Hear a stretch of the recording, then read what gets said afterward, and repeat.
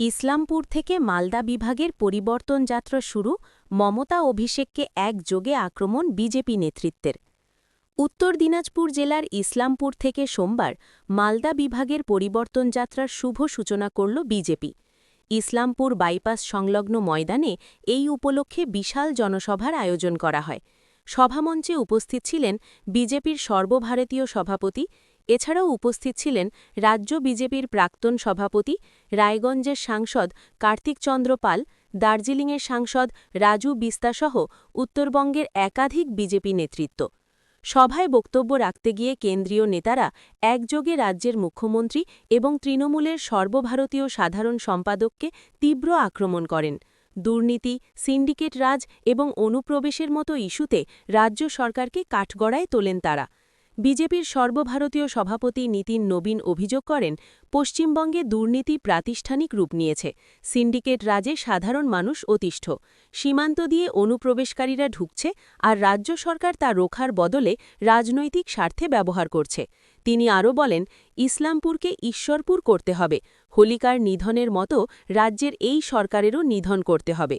পরিবর্তনের হাওয়া বইতে শুরু করেছে এবং আগামী দিনে বাংলায় বিজেপির সরকার গড়ার লক্ষ্যে এই পরিবর্তন যাত্রা গুরুত্বপূর্ণ ভূমিকা নেবে। রাজ্যের আইন শৃঙ্খলা পরিস্থিতি ও দুর্নীতির প্রসঙ্গ তুলে রাজ্য সরকারের সমালোচনা করেন। সভা শেষে ইসলামপুর থেকে আনুষ্ঠানিকভাবে মালদা বিভাগের পরিবর্তন যাত্রার রথযাত্রা শুরু হয়। বিজেপি নেতৃত্বের দাবি, এই যাত্রার মাধ্যমে রাজ্যের বিভিন্ন প্রান্তে গিয়ে সাধারণ মানুষের সঙ্গে সরাসরি যোগাযোগ স্থাপন করা হবে এবং তৃণমূল সরকারের বিরুদ্ধে জনমত সংগঠিত করা হবে। आज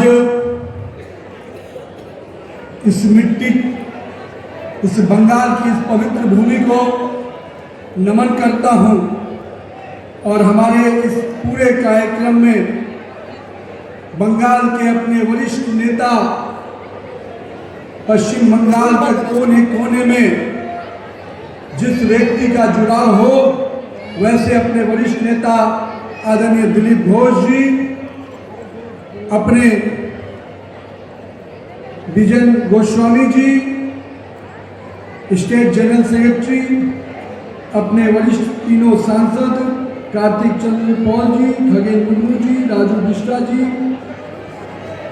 अपने शंकर चक्रवर्ती जी, बिहार सरकार के माननीय मंत्री दिलीप जायसवाल जी, हमारे सभी माननीय विधायकगण, माननीय सभी जिलाध्यक्षगण, प्रदेश के सभी पदाधिकारीगण, यहाँ पर उपस्थित इस जिले के अपने सभी वरिष्ठ नागरिकगण, सभी जनता और हमारे सभी माताएं, सभी बहनें, मेरे युवा साथी, मैं आप सबको प्रणाम करता हूं, आप सबको नमन करता हूं। बंगाल की ये भूमि, जिसका नाम वो अब इस्लामपुर है ना, क्या बनाना है इसको? एक बार इस्लामपुर को ईश्वरपुर बदलने के लिए भाजपा की इस परिवर्तन यात्रा का संकल्प कीजिए। आपकी अपनी सरकार बनेगी, इस्लामपुर अब नहीं रहेगा, ईश्वरपुर बनकर आएगा और वो सपना आपका साकार होगा। यह पवित्र भूमि जो अपने राजभोगीन समाज के महान समाज सुधारक ठाकुर पंचानन वर्मा जी की विचारों की गूंज, बंगाल के अंतिम हिंदू राजा महाराजा लक्ष्मण सेन जी की शौर्य की माटी, महान क्रांतिकारी पूर्णचंद दास जी के बलिदान की इस तपोभूमि को ईश्वरपुर बना के रहेंगे, ये संकल्प के साथ एक परिवर्तन यात्रा शुरू कर रहे हैं। आज पूरे बंगाल के कोने में हर जनता के मन में जो आग सुलग रही है, हर जो फरेब हुआ है, उसके खिलाफ अपनी आवाज बुलंद करेंगे। बंगाल के लोगों को जो केवल घोषणाओं वाली सरकार मिली, जिस सरकार ने केवल अहंकार के साथ बंगाल को अराजकता की सरकार दी, उस सरकार को उखाड़ फेंकने के साथ साथ हम यहाँ पर अपने नरेंद्र मोदी के नेतृत्व वाली, विकास के साथ चलने वाली और सुरक्षित बंगाल बनाने वाली सरकार देंगे। हम लोगों ने केवल परिवर्तन का बात नहीं कहा है, हम केवल व्यवस्था में परिवर्तन नहीं लाएंगे, हम लोगों के जीवन में बदलाव लाकर देंगे। इस बात का संकल्प के साथ ये यात्रा निकली है। मुझे मालूम है एक समय बंगाल का ये भूभाग बिहार का भी भूभाग हुआ करता था। मेरे माँ बहनों का, मेरे भाइयों का कोई हक बांग्लादेशी छीने, ये हम बर्दाश्त नहीं कर सकते। हम अपने पश्चिम बंगाल के लोगों को इन घुसपैठियों से बचा के रहेंगे। आने वाला समय टीएमसी की भ्रष्ट निकम्मी सरकार से मुक्ति की आवाज, इस भ्रष्ट निकम्मी सरकार को उखाड़ फेंकने की आवाज बंगाल के कोने कोने में हम गुंजायमान करेंगे। बंगाल में जहां पूरे परिवर्तन की राजनीति की बात हम कर रहे हैं, जहां बेटियां सुरक्षित नहीं हो, जहां नागरिक भय में रहते हो, जहां युवाओं का भविष्य सिंडिकेट और भ्रष्टाचार की भेंट चढ़ गया हो, और जहां जमीन का हक बांग्लादेशियों को देने की संकल्प लिया हो, उस सरकार को उखाड़ फेंकना है। लोगों से कहा था कि हम सोनार बंगला बना के देंगे, मां, माटी और मानुष का नारा दिया था, लेकिन ऐसा कोई सगा नहीं जिसको ममता दीदी ने ठगा नहीं। इसलिए दीदी, आपने मां की बात कही थी, बहनों की बात कही थी, और आपके राज्य में सबसे अधिक वे असुरक्षित है, तो हमारी माता और बहनें असुरक्षित है, इसका जवाब आपको देना होगा। ममता दीदी, हमारी बहनें तो जहां शिक्षा ग्रहण करती हैं उस विश्वविद्यालय और संस्थान में भी सुरक्षित नहीं है, और आप कहती हैं कि माँ बहनों को शाम के बाद निकलने नहीं चाहिए। किस मानसिकता में आप हैं? हमारी बंगाल की माता बहनें पूरे देश में आगे बढ़कर काम करती हैं, आप उनको महफूज रखना चाहते हो घर में? हमारी माता बहनों ने, बंगाली संस्कृति ने ऐसा हमेशा रहा कि उन्होंने तो काली और दुर्गा का रूप लेकर इस देश को नई दिशा दी है। और मैं मानता हूं कि हमारी माता बहनों को पूरा सम्मान, पूरा सुरक्षा कोई दे सकता है तो नरेंद्र मोदी की सरकार दे सकती है, भारतीय जनता पार्टी की सरकार दे सकती है। आज हम इस पवित्र भूमि को मैं कहता हूं कि मां के साथ, बहन के साथ धोखा, इस मिट्टी के साथ भी उन्होंने धोखा किया। जिस पवित्र मिट्टी को तिलक लगाकर हमारे श्यामा प्रसाद मुखर्जी जी ने कश्मीर तक को एक करने की बात कही थी, यही का लाल स्वामी विवेकानंद पूरे विश्व को भारत का संदेश दिया था। जिस मिट्टी के लाल सुभाष चंद्र बोस ने पूरे देश को आजादी की लड़ाई में अपने नेतृत्व दिया था, उस मिट्टी को भी किसी ने कलंकित किया तो यहाँ की ममता की सरकार ने किया। आज हम यहाँ पर माँ काली की पूजा करते हैं तो हमें न्यायालय जाकर परमिशन लाना पड़ता है, लेकिन ममता दीदी, नमाज अदा करने की बात आती है तो आप पूरी खुली छूट दिए रहते हो, कहीं भी नमाज पढ़ लो, कभी भी नमाज पढ़ लो, लेकिन माँ काली की पूजा करने के लिए हमें न्यायालय के दरवाजे खटखटाने पड़ते हैं। ये सोच है आपकी, और इस सोच के खिलाफ भाजपा कार्यकर्ताओं ने इस परिवर्तन यात्रा को निकाला है, जो हर जनता के बीच में जाकर परिवर्तन की लहर पैदा करेगा। न्याय के खिलाफ लड़ाई लड़ने को तैयार खड़े हैं। हम जब बांग्लादेशी घुसपैठियों को नहीं घुसने देने के लिए पूरे कॉरिडोर का निर्माण करना चाहते हैं, केंद्र की सरकार जमीन मांगती है कि आप हमको जमीन दीजिए, हम बॉर्डर की फेंसिंग करेंगे, बंगाल के लोगों को सुरक्षित करेंगे, देश के लोगों को सुरक्षित करेंगे, तो दीदी आपकी सरकार जमीन नहीं दे पाती है क्योंकि आप चाहती ही नहीं है कि बंगाल के लोग सुरक्षित रहे। और दीदी, आप तो बांग्लादेशियों को बसाने में लगी हैं, फर्जी कागज के सहारे उन घुसपैठियों को आप यहाँ का नागरिक बनाने का खेल खेल रही हैं। लेकिन जब फर्जी वोटर को काटने का काम SIR के माध्यम से होता है तो आप काला कोट पहनकर सुप्रीम कोर्ट चली जाती हैं। लेकिन जब बंगाल की बेटियों के साथ शोषण होता है उस दिन आपका नींद नहीं टूटता है, उनके अन्याय के खिलाफ आप आवाज नहीं उठा पाती हैं।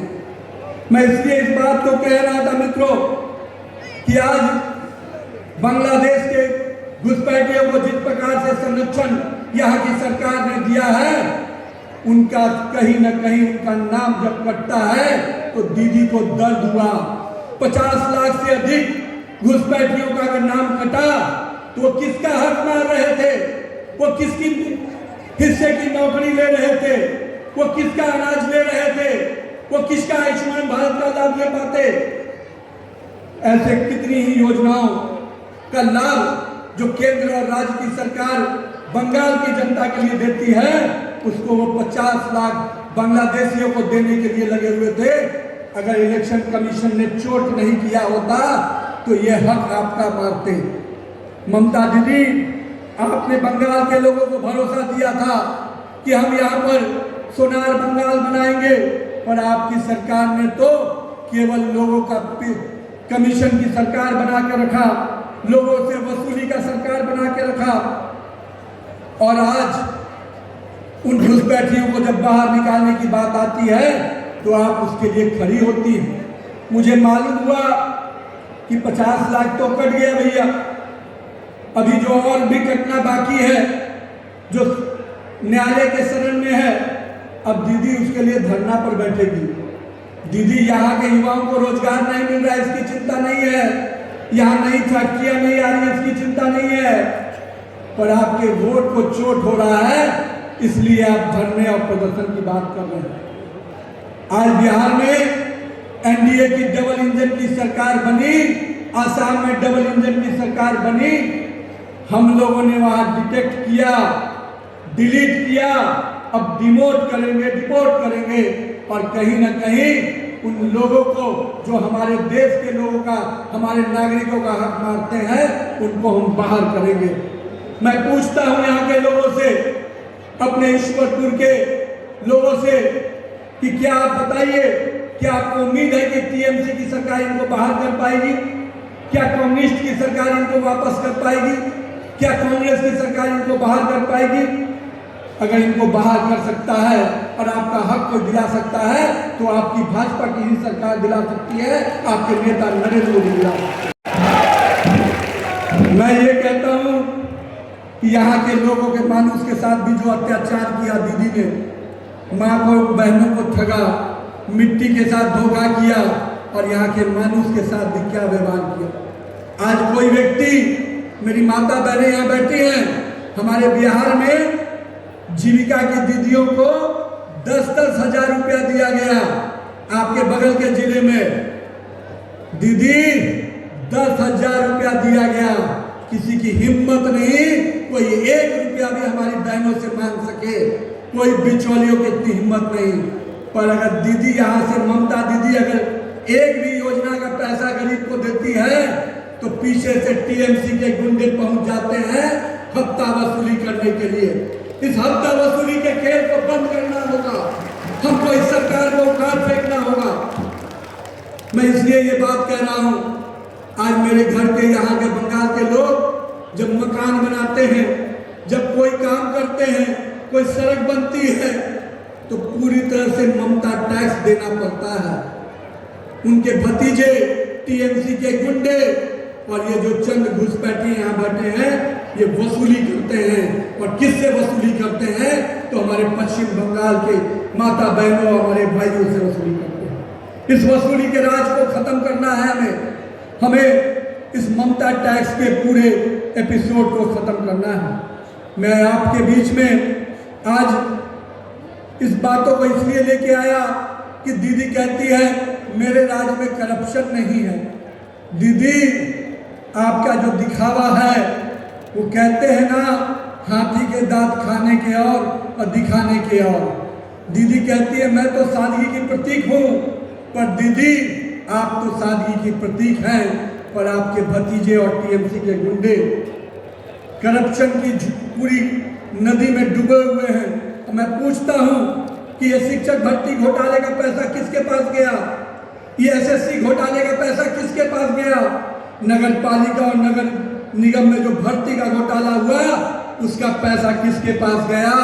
और राशन में भी जिसने पैसे का कमीशन खाया, वो पैसा किसके पास गया?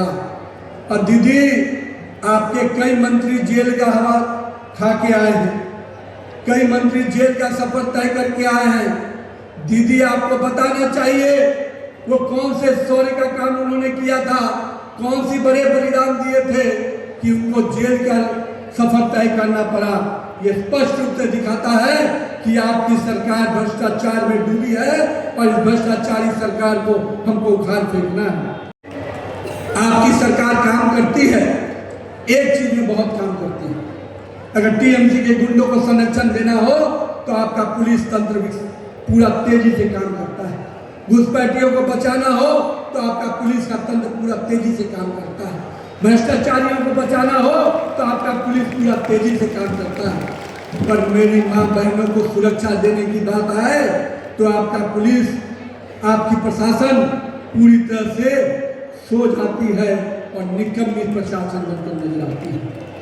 आज मैं बताता हूं आपको, यहाँ के लोगों को, जब आपकी नरेंद्र मोदी की सरकार बनी और उसके पहले ममता दीदी के साथ जो कांग्रेस वाली यूपीए सरकार थी, उन्होंने अपने 10 वर्षों में मात्र 4.5 लाख करोड़ की योजनाएं बंगाल की जनता को दिया और आपकी नरेंद्र मोदी की सरकार ने 15 लाख रुपया पिछले 11 वर्षों में 15 लाख करोड़ की योजनाएं आपके बंगाल को दिया। ये अंतर है नरेंद्र मोदी की सरकार और यूपीए और ममता दीदी की सरकारों में। ये केवल ठगने का काम करते हैं। आज रेलवे का बड़ा कॉरिडोर, आज पूरे इस इलाके का विकास के लिए, आर्थिक विकास के लिए लगातार काम हो रहा है। कई वंदे भारत ट्रेन से लेकर कई बड़े योजनाएं यहाँ पर चल रही हैं। ये सब योजनाओं का देन आपकी अपनी नरेंद्र मोदी सरकार का है। इन बातों को लेकर हमको अपने जनता के बीच में जाना है। दीदी का तो खेल और भी बहुत बड़ा है। दीदी जब योजनाओं की बारी आती है तो केंद्र से पैसा आता है तो अपना चेहरा चमकाने के लिए योजनाओं का नाम बदल देती है। ये खेल भी दीदी खेलती है। आयुष्मान भारत की योजना का माननीय प्रधानमंत्री जी ने दिया, हर गरीब को 5 लाख इलाज का, मुफ्त इलाज का पैसा दिया, पर उनको इससे मतलब नहीं था। उनको लगा कि अगर मेरे योजना में मेरा चेहरा नहीं नजर आएगा तो हम बंगाल के गरीब लोगों को उसका लाभ नहीं लेने देंगे, और इसके कारण आयुष्मान भारत जैसी योजनाओं को रोकने का काम किया। जिस बंगाल के आर्थिक विकास को हमेशा देश के विकास से जोड़ा जाता था, 10% जिसकी भागीदारी होती थी आप देश के विकास में, आज उसकी आधी 5% ही भारत के विकास में उनका योगदान रह गया। जिस बंगाल में बड़ी बड़ी कंपनियां काम करती थी, और दीदी आपने भी तो जो आंदोलन किया था कि हम इंडस्ट्री लाएंगे, कंपनी को लाएंगे, कम्युनिस्ट के खिलाफ आंदोलन खड़ा किया था, लेकिन पिछले 15 वर्षों में आपने एक भी बड़ी कंपनी और कारखाने नहीं लगाए, लेकिन 6000 से अधिक कंपनियां बंगाल छोड़ के चली गई। काम करती तो बंगाल के युवाओं को रोजगार मिलता, बंगाल के लोगों को अवसर मिलता। उस अवसर को छीनने का काम किया है आपने। बंगाल के युवाओं को बेरोजगारी के पूरे सागर में धकेल दिया है। बंगाल का युवा आज रोजगार के लिए दर दर भटक रहा है। दीदी आपने बंगाल के युवाओं के साथ, महिलाओं के साथ, यहाँ के किसानों के साथ जो व्यवहार किया है, उसका सजा देने का समय आ गया। हम लोगों ने इसी बंगाल से वंदे मातरम की आवाज जो गूंजी, जो पूरा देश अंग्रेज के खिलाफ खड़ा हो गया, आज उसी वंदे मातरम का 150वां वर्षगांठ हम मना रहे हैं। लेकिन मुझे दुख के साथ कहना पड़ रहा है, जिस बंगाल ने उस वंदे मातरम की आवाज की जयघोष की थी, उसी बंगाल के सांसदों ने जब संसद के सत्र में वंदे मातरम के 150वीं वर्षगांठ का हम अभिवादन समारोह कर रहे थे, संसद का सत्र में विशेष बहस चल रहा था, तो बंगाल के टीएमसी के सांसदों ने उसका विरोध किया और कहीं न कहीं उस वंदे मातरम का भी अपमान किया है। मैं बंगाल के लोगों से कहूंगा, अब बदला लेने का समय आ गया है। जिन्होंने वंदे मातरम का अपमान किया उनको बंगाल के लोग माफ नहीं कर सकते, हमको सजा देनी है। मैं इसलिए कहता हूं, जिस वंदे मातरम ने अंग्रेजों को भारत छोड़ने की मजबूर किया, उसी वंदे मातरम की आवाज को बुलंद कीजिए। टीएमसी के गुंडे और टीएमसी की शासन को हम उखाड़ फेंकेंगे, बंगाल की जनता को टीएमसी से मुक्त कराएंगे। मित्रों, आज का प्रधानमंत्री नरेंद्र मोदी के नेतृत्व में एक विकसित बंगाल बनाना चाहते हैं। जब 2047 का विकसित भारत का अगर सपना पूरा करना है तो हमें मालूम है कि हमें 2047 में विकसित बंगाल को भी सपना पूरा करना है। और विकसित बंगाल तब बनेगा जब बंगाल के घर में रोशनी पहुंचेगी, विकास की योजनाएं पहुंचेंगी और चेहरे पे मुस्कान पहुंचेगी। वो मुस्कान कोई ला सकता है तो नरेंद्र मोदी की सरकार ला सकती है। इस बंगाल ने पूरे देश को कई बड़े बड़े ऐतिहासिक फैसले की घड़ी बनी। बंगाल ने हमेशा इस देश को दिशा दिया है। आज उस बंगाल को सुरक्षा देने का संकल्प हम ले रहे हैं, क्योंकि जिस बंगाल से बड़े पैमाने पर घुसपैठियों का रास्ता बन रहा है वो केवल बंगाल को सुरक्षित नहीं कर रहा मित्रों, झारखंड, उड़ीसा, बिहार, दिल्ली, छत्तीसगढ़, मध्य प्रदेश, इस पूरे रास्ते से देश के कई राज्यों में ये बांग्लादेशी घुस रहे हैं मित्रों। तो हम अगर बंगाल को सुरक्षित नहीं करेंगे तो हम देश की सुरक्षा के साथ खिलवाड़ हो रहा है मित्रों। इसलिए आइए, हमको बंगाल को सुरक्षित बंगाल बनाना है तो पश्चिम बंगाल से इस टीएमसी की गुंडागर्दी वाली सरकार को उखाड़ फेंकना है। मैं आप सबको विकसित बंगाल, विकसित भारत और डबल इंजन की सरकार लाने का संकल्प के लिए आग्रह करता हूं। पूरा देश आने वाले समय में 4 तारीख को होली मनाएगा मित्रों, और हम अब सबसे संकल्प करना चाहते हैं कि आज होलिका दहन भी है ना? सब इलाके में होलिका दहन आज ही है ना? तो इस सरकार को भी दहन करने का समय आ गया है। इस सरकार को भी आज दहन कर देना है और पूरी तरह से 4 तारीख को एक होली मनेगी। और जिस दिन भाजपा का विजय अभियान यहाँ सफल होगा, जिस दिन कमल खिलेगा पूरे पश्चिम बंगाल में, उस दिन दूसरी होली होगी, वो भगवा होली होगी। आइए अपने बंगाल होली के वातावरण में पूरी ताकत से मनाने के लिए अपने आप को झोंक दे। हम बंगाल के सम्मानित नागरिकों से अपील करते हैं कि इस कम्युनिस्टों की भ्रष्टाचार सरकार को आपने देखा, तृणमूल के गुंडा राज को आपने देखा। अब आइए नरेंद्र मोदी के नेतृत्व में एक सुशासन की सरकार बनाए जिसमें बंगाल का विकास छिपा हो। आइए, हम सबका एक ही नारा है, पलटानो दरकार, पलटानो दरकार, पलटानो दरकार। दीदी, घुसपैठियों के प्रति ममता, पश्चिम बंगाल के लोगों के प्रति नफरत, दीदी चलबे ना, चलबे ना। अब बंगाल की जनता इस टीएमसी की सरकार को उखाड़ फेंकेगी और बंगाल में एक ही आवाज में गूंजेगी, जय मां काली, जय मां काली, जय मां भारती। मैं बहुत बहुत अपने इस ईश्वरपुर के तमाम नागरिकों का अभिनंदन करता हूं और संकल्प लीजिए, कमल खिलाइए, ईश्वरपुर को अपना सपने वाला ईश्वरपुर बनाइए। बहुत बहुत धन्यवाद।